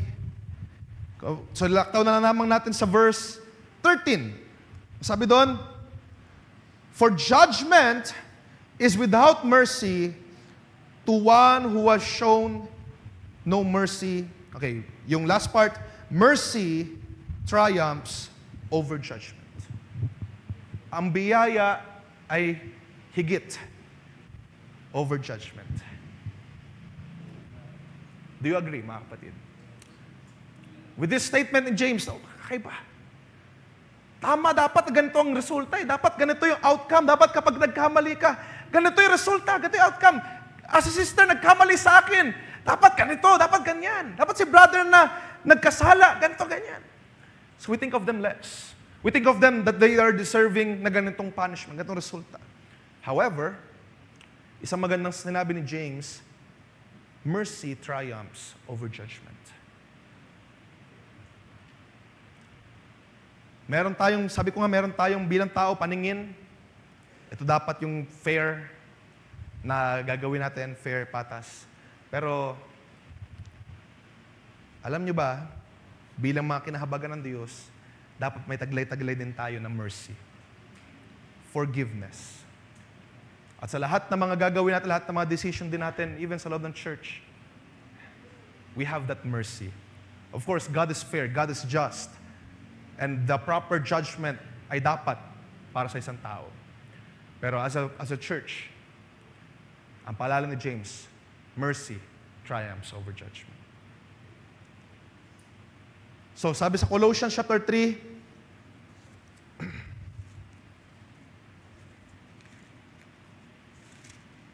verse 12, sabi doon,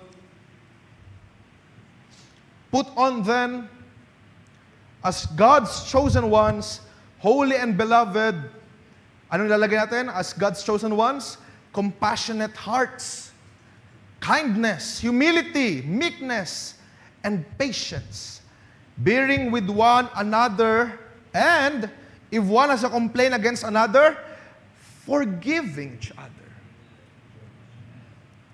Sabi doon, dahil, anong reason? Bakit pinapapatawad eh?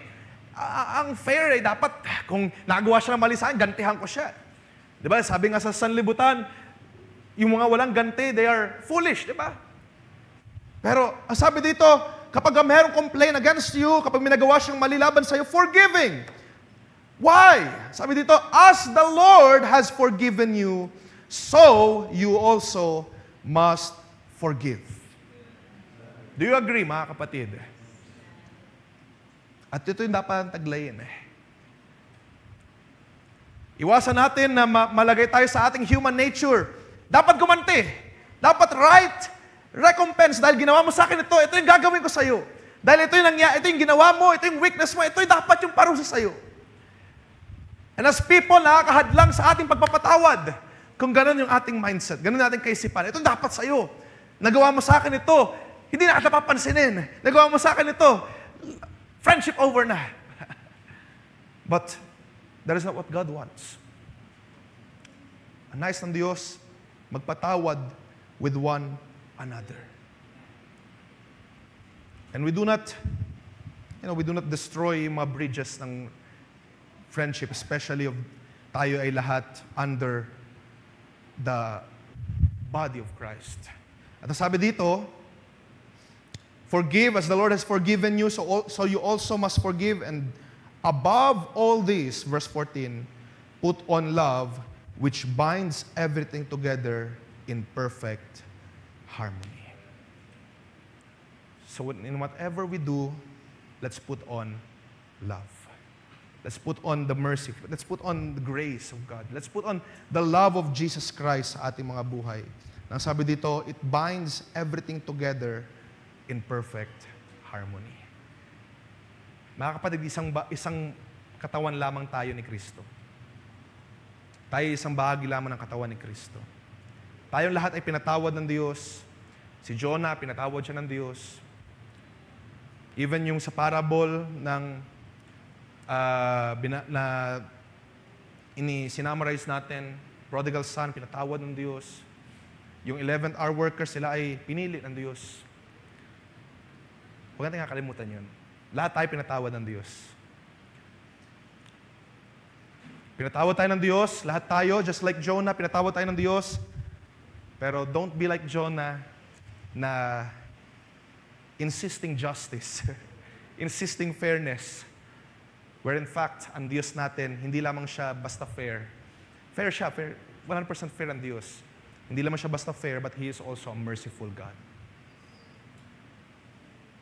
Alam niyo sa ating panahon, especially sa Amerika, kung mabalitaan ninyo, dahil ito yung mga sinasabi sa kautusan ng Diyos,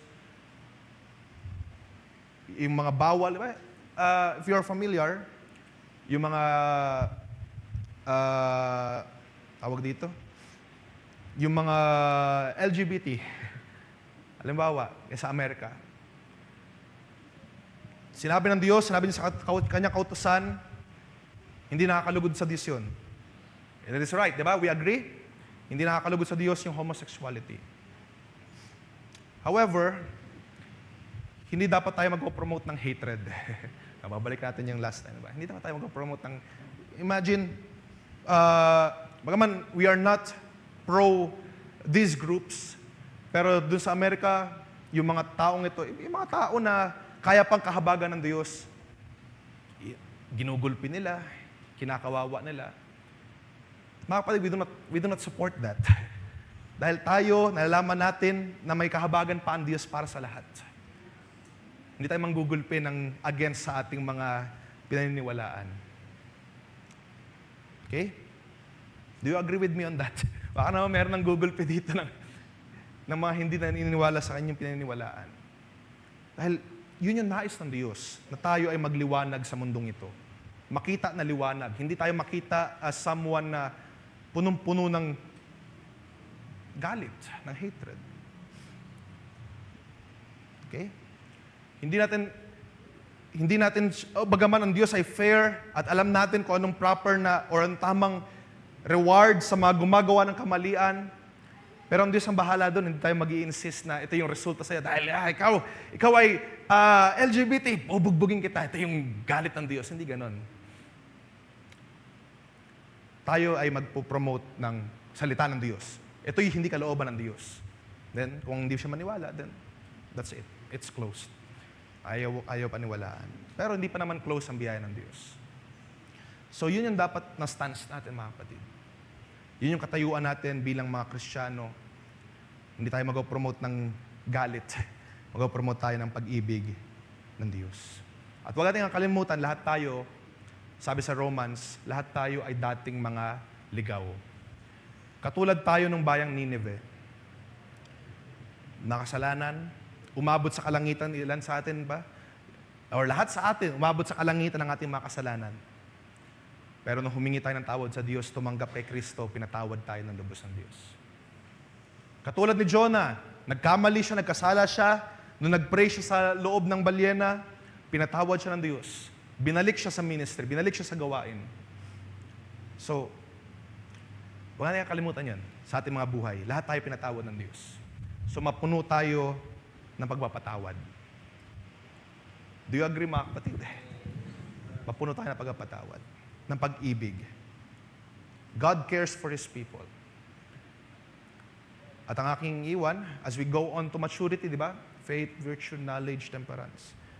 Brotherly kindness and love. Yung brotherly kindness and love, yun yung mga malapit sa dulo eh. At perhaps kinakailangan na, at perhaps sa ilang mga pangarap, di ba? May mga pagtuturo about brotherly kindness, about love, about reaching to perfection, to maturity. So let's not think of anyone here less. Lahat tayo ay kinahabagan ng Diyos. Hindi tayo magtatangi ng tao, hindi tayo magtatangi ng sino man. Hindi natin iisipin na si sister ganito ay ganyan talaga siya.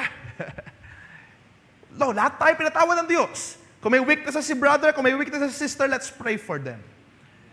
Tayo ay mapuno na pag-ibig sa dakong ito, mga kapatid. Okay? Kung may weakness si sister na very known, alam na natin lahat, ito weakness si sister, let's not think of him less. Let's not think of her less. Let's pray for them.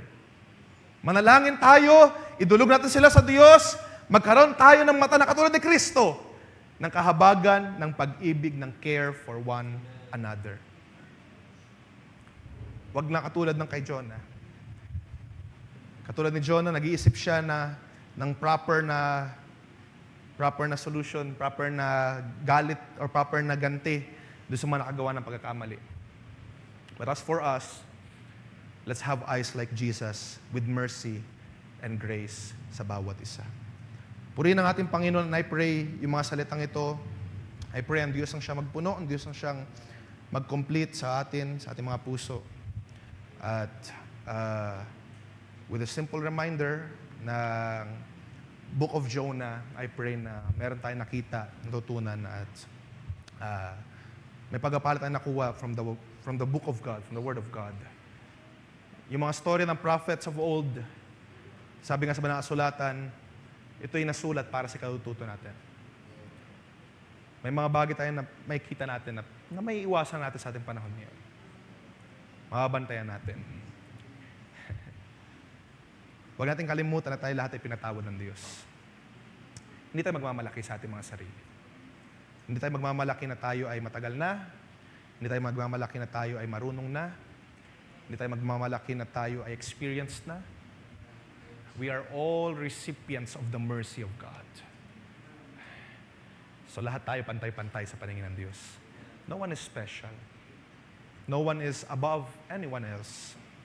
Magkulang ka man, magkamali ka man, brother, lahat tayo may mga pagkukulang, pagkakamali, kahinaan. So anong gagawin natin, mga kapatid? Instead of pointing fingers pa, let's pray for one another. Kaya pagkukulang ako, may pagkukulang kayo, may pagkukulang sino man sa atin na nakikita natin, let's pray for them.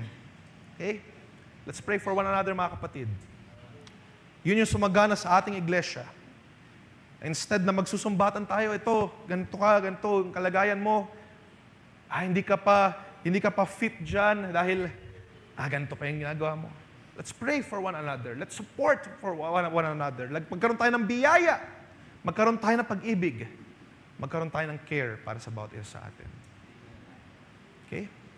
Even yung mga tumatayo behind this pulpit, lahat may weaknesses, lahat may flaws, lahat may mga kahinaan pa.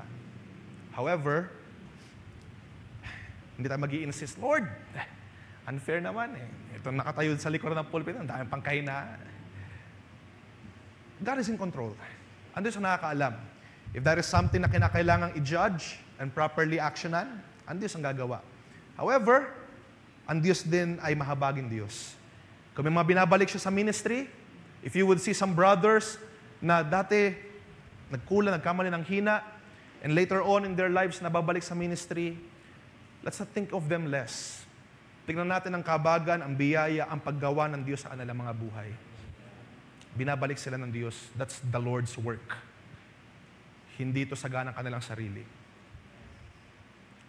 Okay?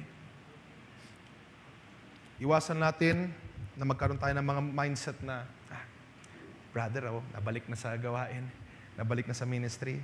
Dapat hindi pa eh. Let's don't have that mindset. Naisip ko lang naman yan dahil nung nagbabasa ako dito, si Jonah ay nagkakaroon ng ganun thinking na, dapat ganito, hindi dapat ganyan, dapat ganito. At mga kapatid, yun yung dapat nating iwasan.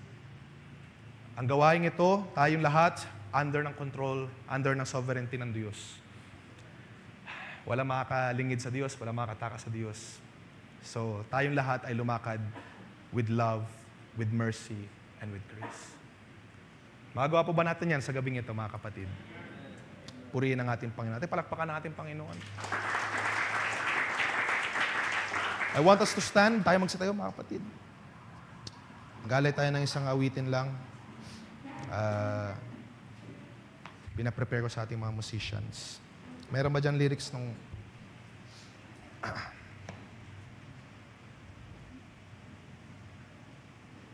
hindi ko na napaabot dun sa ating nag-projector.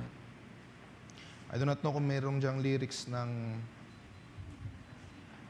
Praise the Lord, His mercy is more. Meron ba dyang lyrics ng His mercy is more? Pwede ba nating awitin yan as we go on sa ating closing?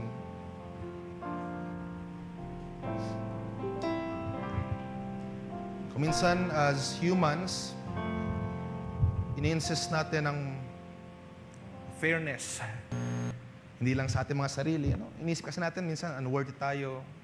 Sa ating mga sarili, nag-judge tayo sa ating mga sarili, unworthy, mahina. Hindi tayo karapat-dapat sa ministry. It may be true, pero ang Diyos ay mahabagin eh. Ang Diyos ay naglalagay sa'yo, ang Diyos ay nagpapalakas sa'yo. Sometimes, madali tayong manghina, in ourselves. Ilalagay tayo sa ministry. Madali tayong mag-doubt sa ating mga sarili kasi nakikita natin mga sarili mahina pa. Pero ang Diyos ay mahabagin Diyos. Inilalagay ka niya. Siya ang nagtuturo, nagmamolde, nag-asaayos sa'yo. So now, towards other people, sumagana din ang biyaya ng Diyos. Whenever we see a brother or a sister stumbling in the faith, we have heard of the news, na good news ng isang kapatid natin na perhaps matagal nang nawala, matagal nang na-backslide. Mapapanumbalik muli. Let's pray for it. Sa ating brother Boyet. There are things na kinakailangan pa pag-usapan, pero let's pray for it. Let's not think of our brother less. Because He is, if you believe, di ba? Siya ay anak ng Diyos. Siya ay babalik ng Diyos sa kanyang kawan. Let's not think of Him less. Let's pray for Him na ang Diyos ang siyang magtawag muli sa kanya pabalik sa gawa. So, katulad nga sa Balang Kasalan, di ba? Ang Diyos, iniwan niya yung 99 para lang sa isa. Ganon ang biyaya ng Diyos. So, dapat tayo rin, mga kapatid, magkaroon tayo ng eyes like Jesus. Ang kanyang biyaya ay sagana sa ating mga buhay, maging mabiyaya din tayo sa lahat. Yan yung lesson ng Book of Jonah. Kung paano ang Diyos naging mabiyaya sa'yo, sa bayan, tayo rin naman magkaroon ng biyaya. Yun yung pinakita ng book na yun. Baka kung minsan kasi dahil nakatanggap tayo ng biyaya, nakalimutan natin maging mabiyaya. Huwag nawa mangyari. Maging mabiyaya tayo sa lahat. Dahil tayong lahat ay nakatanggap ng biyaya. Heavenly Father, nagpasalamat kami sa iyong mga salita. Lord, Ikaw ang siyang magkumpleto ng mga bagay na aking kakulangan pa. At sa gabing ito, Lord, naniniwala ko na Ikaw ang siyang gumagawa, kumikilos, naungusap sa bawat isa. This is my humble prayer, Lord. Naniniwala ko na lubos na Ikaw ang siyang gumawa sa gabing ito. In Jesus Christ's name we pray.